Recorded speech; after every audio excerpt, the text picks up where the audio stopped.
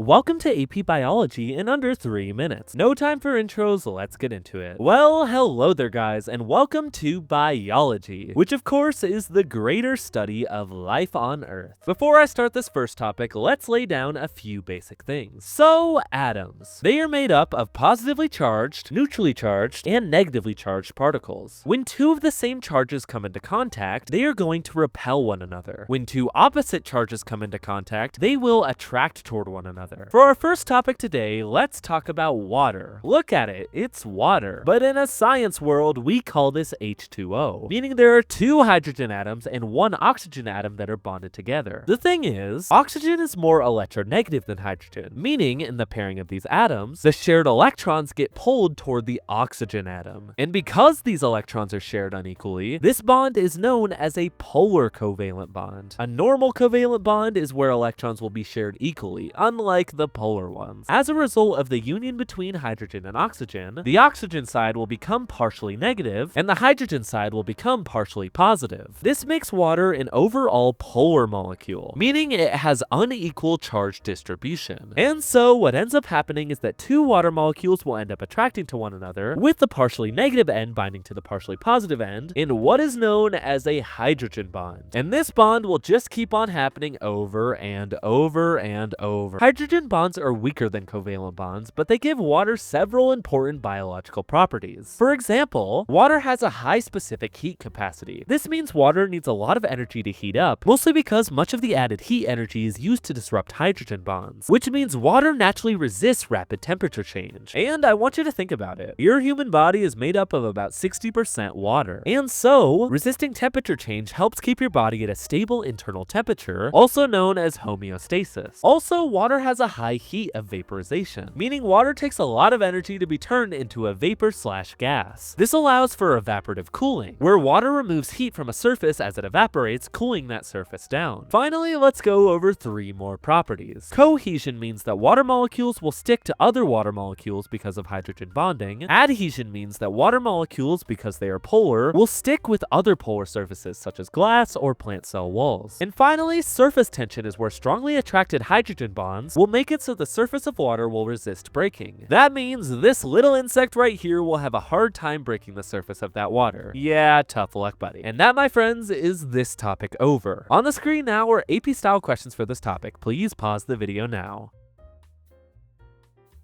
I'll put the answers on the screen now.